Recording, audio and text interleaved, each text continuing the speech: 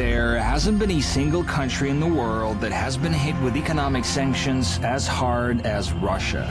Global sanctions on Russia have more than doubled. Russian domestic production has come to a complete standstill. Everyday Russians are starting to feel the squeeze of international sanctions. 70% of its banks and financial institutions have been cut off.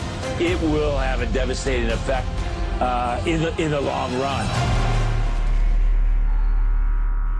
Within 10 days of its invasion of Ukraine, Russia was slapped with the same number of sanctions as Iran was over the course of 10 years. The country now officially tops the list of the most sanctioned nations in the world, surpassing Syria, North Korea, and Venezuela by a lot. Some call it financial nuclear war. But how have the lives of ordinary people in Russia changed? I hopped on the Trans-Siberian train and traveled to one of Russia's poorest regions to see how people are getting by in a small rural community where life was no picnic even before the sanctions. Насос вот этот стоил перед войной 4600. Сейчас он у нас в магазине 21 тысяча. To help me navigate through this part of the country, I visited my friend and a fellow content creator, Lars, from Survival Russia. I am inside Survival Russia. That you are definitely right inside. For those of you who don't know Lars, he's a Dane who moved to Russia almost a decade ago and settled down in a small village where he lives with his Russian wife and 3 wonderful kids. He runs a popular YouTube channel where he shares tips and tricks on how to survive in the wild.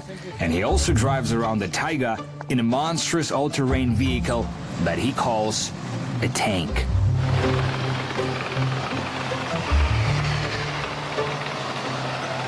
In a sense, Lars knows this part of the country and locals even better than I do. So join us to see how the world's toughest sanctions have affected the life of everyday Russians in the countryside and whether this is going to lead to a popular uprising that'll stop the war in Ukraine.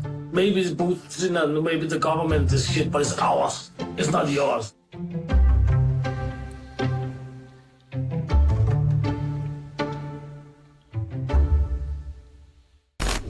Все добро. Давай ще. Все доброго. Small train station in the middle of nowhere. You know, actually, being born and raised in this country, it's not that often that I get to travel to, you know, a truly rural part of Russia. And it's kind of funny that now that I'm doing this, I'm going to see a guy from Denmark, Lars. So let's go find him. He said he would pick me up.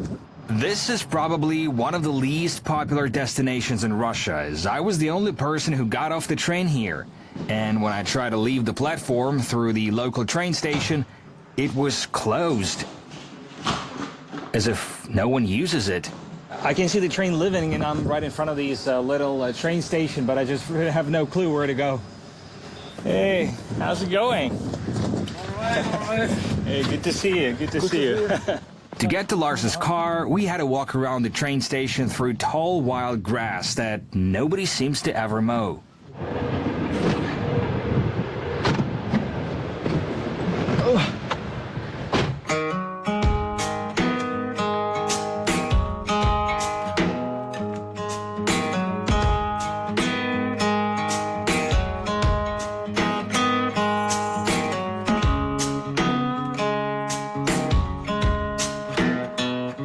Of all places in Russia, you ended up here. Yeah, it's a little bit funny actually. It's a little bit funny, but it's a nice place. Nobody wants anything here. Nobody wants anything. What do you mean? No, there's no oil, there's no gold, there's no diamonds, there's only wolves and forest. A wild Russian forest. Frankly, I've never seen so many trees in my life.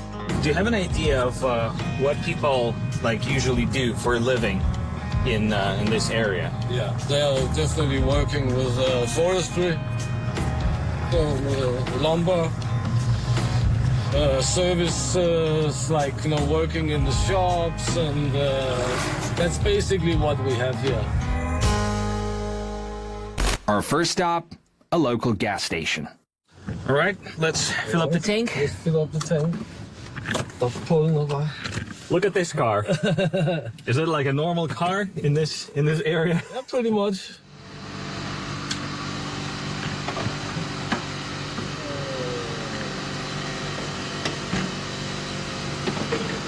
Prices, they have basically not changed for the past 5 months. The prices went down a little bit and then they just stayed there. But I can see now that the diesel is the same. Diesel fuel cost the same as in February, after 24th of February. But the gasoline have actually dropped a little bit. You can see that from some of my old video clips. Surprisingly, fuel prices in Russia haven't shot up as much as in the rest of the world. So the premium gasoline at this gas station costs $3.25 per gallon. Before we continue, I want to say that for locals, having a foreigner and YouTuber from Denmark in their quiet and otherwise uneventful community, it took some getting used to. The villagers, for them, I'm just German. Just Denmark. This is Dane. What the fuck? Lars also needed time to adjust to some of the local attitudes. You come into a shop, and that's just like Soviet babka. Ashley, you! Get out of my shop! You know, like... So people are, in the public life, they're not very friendly. But I understand. People here in Russia, they're workers, they're really pressed hard. But at the end of the day, Lars managed to blend in. Okay, that is my wife. For more than 10 years. More than 10 years. The mother of 3 of my awesome kids. After all, things worked out for you in Russia, right? Yeah. After all. Having a Russian wife and 3 kids who he speaks to mostly in Russian leaves you little option but to settle in. Сейчас я еду тебе, там у меня друг вместе. Он хочет, знакомиться. Хорошо, приезжай. Давай же, увидимся. Давай, хорошо. Давай, хорошо. He's an awesome guy. He's a really good, have a really nice, positive energy about him. Lars took me to a local farm run by 2 brothers.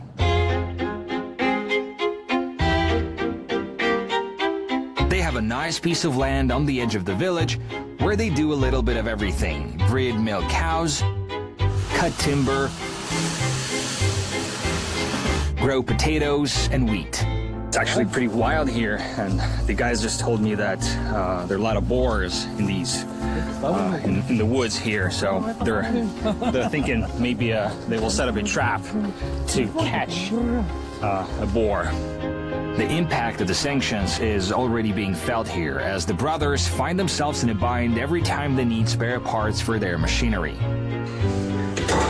Вот насос, вот этот стоил перед войной 4600. Сейчас он у нас в магазине 21 тысяча. 21, то есть в 4 раза подорожало? Да, потому что производила, как я слышал, вот эти насосы Украина. Аналог нету? Аналогов? Это и так аналог чего-то. Ихний. Это не именно заводской импорт. Some of his equipment was made in Russia or Belarus, like this blue tractor. Some were brought from Europe, like this German haymaker. If it breaks down, it's unlikely that Jenna can get a new one. Selling farm machinery to Russia hasn't been banned per se, but sanctions have made all shipments from the EU to Russia virtually impossible. А еще что подорожало? Так вот все запчасти. Вообще все, да? Да, вот примерно в таких вот, в 2-3 раза они вздорожали, просто тракторные все, сельхоз, все. Подшипники в 2 раза, вроде подшипники наши, но оказывается шарики что-то оттуда завозили, а подшипники у нас собирали, как я слышу. Что вы делаете? Просто покупаете дороже или ищете какие-то другие пути? Вынуждены только дороже покупаем. Если вот надо, покупаем, нет, не покупаем.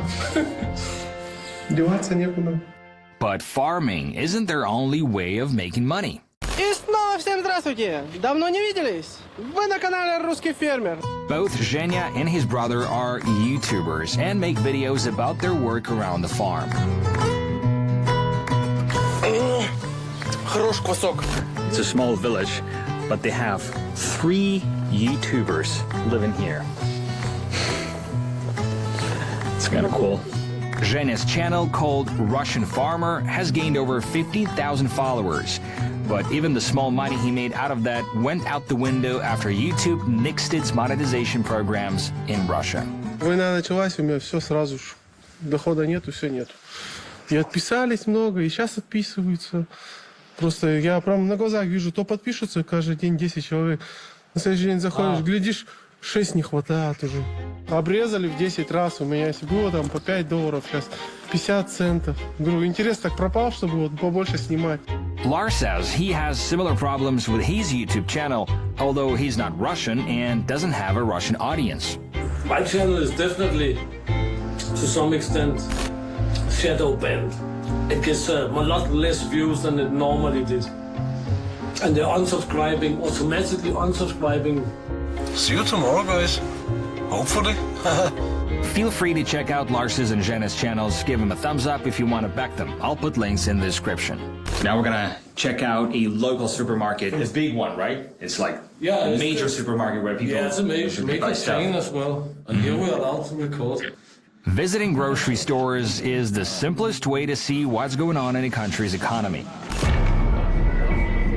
In the first few months after the war started, images of empty shelves in shops across Russia were flooding social media as Western companies started to pull out and people began panic buying. Personally, I've never had any problems buying food or food-related products, but that was in Moscow. Let's see what a grocery store looks like in a small, poor community now that Russia is 6 months into sweeping Western sanctions. That's really interesting. So we're like in a really small town, right, in the middle of Russia, but still you have the variety of imported beers. You see, usually costs almost 200, right? Yeah, 129. Now it's 129. Which is like less than 2 euros. This is the variety of beers, but look at the variety of vodka in Russia. That's cool. We failed to find any empty shelves in the store. There was another shop in the town that indeed looked undersupplied when Lars and I came in. Here, shelves, they look empty. But as it turned out, this was a subsidized store that sells only certain items. And with these old-fashioned scales in the back, half-empty shelves, and a rude lady behind the counter, it really felt like the late Soviet Union all over again. But the truth is, the vast majority of Russians buy food in large supermarket chains like the one Lars and I stopped by. And what really bothers ordinary people here is not a lack of products, but their prices. But that's the expensive dog food. This doesn't go down in price at all. It's like 409 for 2.5 kilos. And it used to cost how much? Oh, 200 or something. 200. Even less. I don't know why this is so expensive. A European cooking oil. This one's kind of pricey. Yeah. This one, I guess, from Italy or something. So this bottle costs 600 rubles, which is 10 bucks, 10 US dollars. Then we saw a nice old lady who couldn't afford something as simple as a package of instant coffee that cost just $4.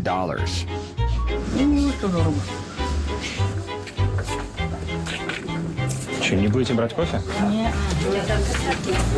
Ну, можно я вас угощу кофе? Какой вы обычно пьете? Не надо, зачем? She had little money, but too much pride to accept a gift from a stranger. Anyway, the hard truth is, prices in Russian shops have gone up.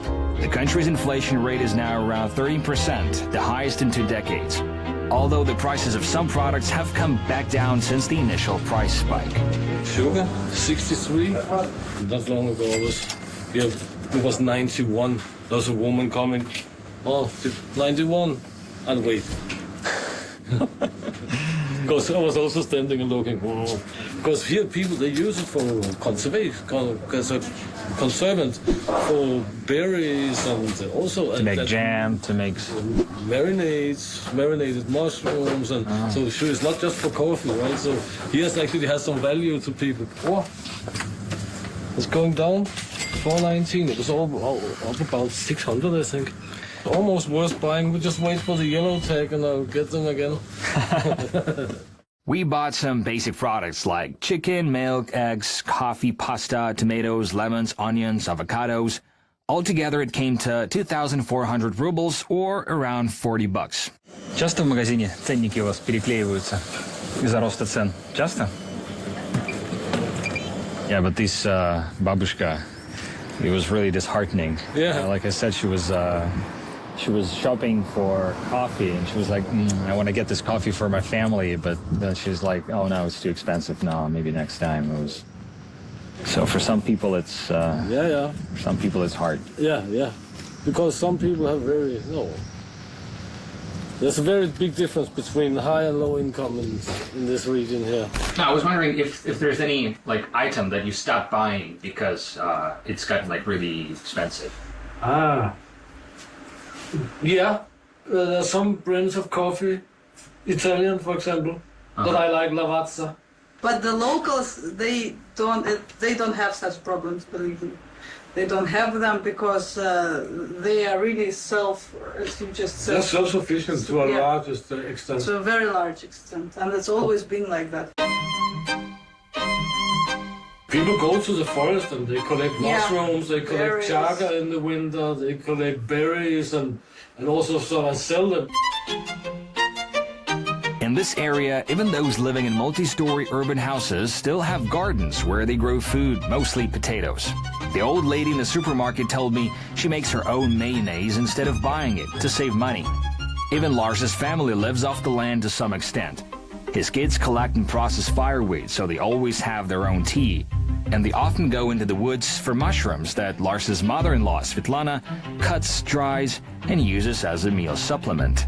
Заготовки могут спасти в условиях санкций, в условиях роста цен на продукты питания? Это то, что реально помогает? Спасти, не спасти, но какой-то вклад, как сказать, что-то там, да. Конечно, экономия есть на продукт, когда ты что-то имеешь свое. And while most people are simply trying to adjust to the new economic reality, there are others who seek to take advantage of it. You can go in here and see if Sergey is here.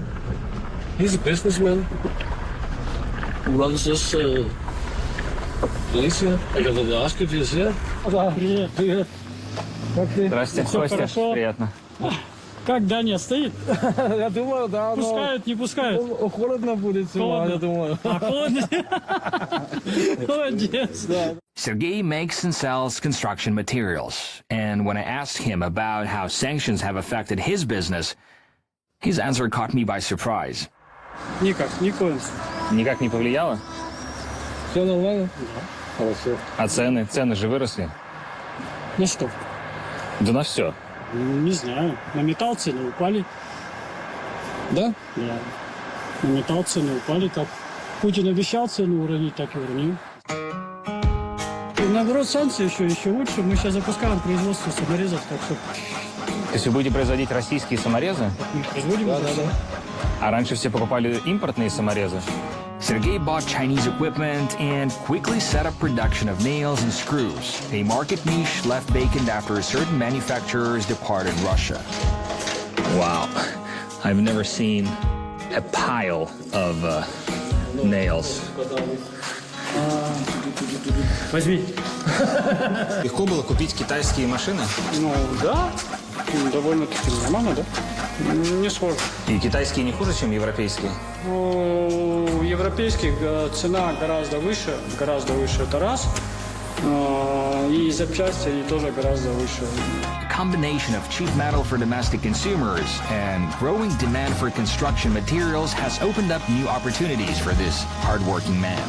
Санкции это кто это самое работать не хочет или выдумывает, что чтобы не работать. У кого голова есть, тот выключается. He's here, his business is growing. In the beginning, this building was not there. He added this building. Now he added windows. Now we have this machines for making screws. But he said, like, absolutely no problem. Sanctions, game on. I have no worries. Yes, maybe I can understand it for his business because if the metal prices are dropping, that's good for him. So it's a mixed bag. You have people who have been hit hard by sanctions, whose lives have become even more difficult than they were. But you also have those who are seeking ways to profit from the situation. Для России это не санкции. Это ерунда. Мы выкарабкаемся, Мы привыкли так найдем вот так вот возить и дальше будем зарабатывать. I don't want to downplay the severity of the economic war that's been waged against Russia. It is tough, and maybe the worst is yet to come. But in this particular community, I met people who are trying to stay positive despite all the hardships they face. Politicians in the West, they assume that this would push people to take to the street and protest and, you know, way. topple the government. No way, Russians don't. The large majority of Russians, in my opinion, are not like that at all. West does not force Russians into being against their own government. Russians will definitely say, listen, and maybe Putin and maybe the government is shit, but it's ours. It's not yours. It's ours. So we will fix it. we will fix it ourselves.